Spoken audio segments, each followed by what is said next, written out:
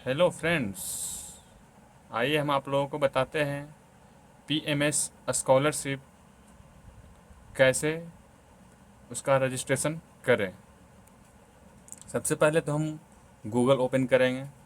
जब Google open होगा तो इस पर हम सर्च मारेंगे पीएमएस स्कॉलरशिप।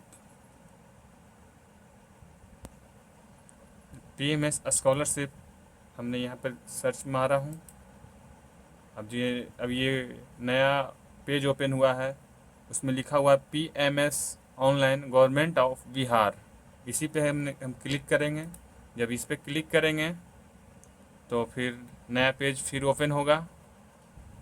नया पेज ओपन हो गया। यहाँ पर ये बीसी ईबीसी स्टूडेंट लॉगिन है, और फिर ये एससी या एसटी पोर्टल ये है। तो हम पहले बीसी या ईबीसी स्टूडेंट रजिस्ट्रेशन के बारे में बताता हूँ, फिर हम एससी एसटी के बारे में बताऊँगा। तो पहले बीसी ईबीसी पे क्लिक करेंगे।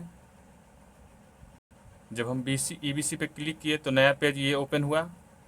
यहीं पे लिखा हुआ है new student registration for BC EBC 2024-25। नए छात्रों का पंजीकरण बीसी ईबीसी 24-25 है। तो ठीक है, इसी पे हम क्लिक करेंगे।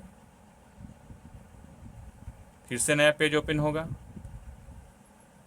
नया पेज ओपन हो चुका है, और ये देखिए लिखा हुआ है पंजीकरण के लिए जानकारी प्रमाण पत्र अनिवार्य है। आवेदक का आधार संख्या होना चाहिए, जाति प्रमाण पत्र होना चाहिए, निवास प्रमाण पत्र होना चाहिए, आय प्रमाण पत्र होना चाहिए। आय प्रमाण पत्र में एक कंडीशन लगाया हुआ है, 2024 और 25 सेशन का ही होना चाहिए।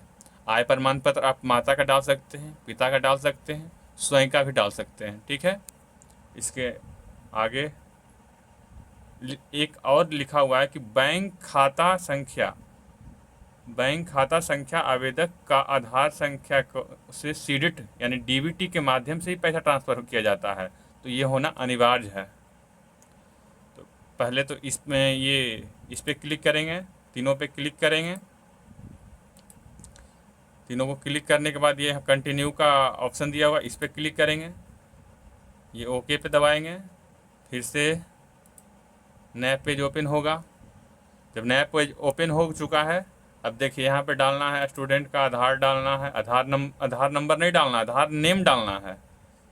यहाँ पे फादर्स नेम डालना है, मदर्स नेम डालना है, यहाँ डेट ऑफ बर्थ डालना है, यहाँ जेंडर डालना है। अब कौन से कैटेगरी से वो डालिएगा, बीसी हैं या ईबीसी हैं, जो है जो डालिएगा।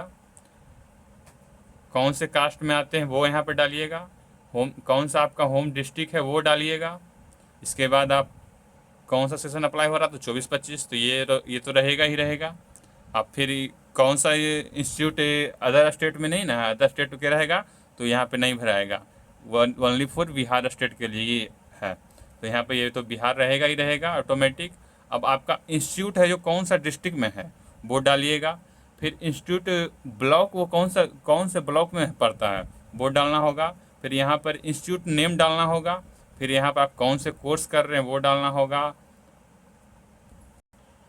नया विंडो ओपन हुआ तो इसका हम लिखे हैं इंस्टीट्यूट नेम में हम लिखे हैं डीपीसी इंस्टीट्यूट नेम।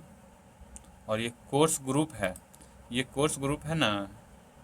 ये नया विंडो भी ओपन जब भी क्लिक करेंगे तब नया थोड़ा सा रिफ्रेश लेता है वेबसाइट आगे की प्रक्रिया के लिए।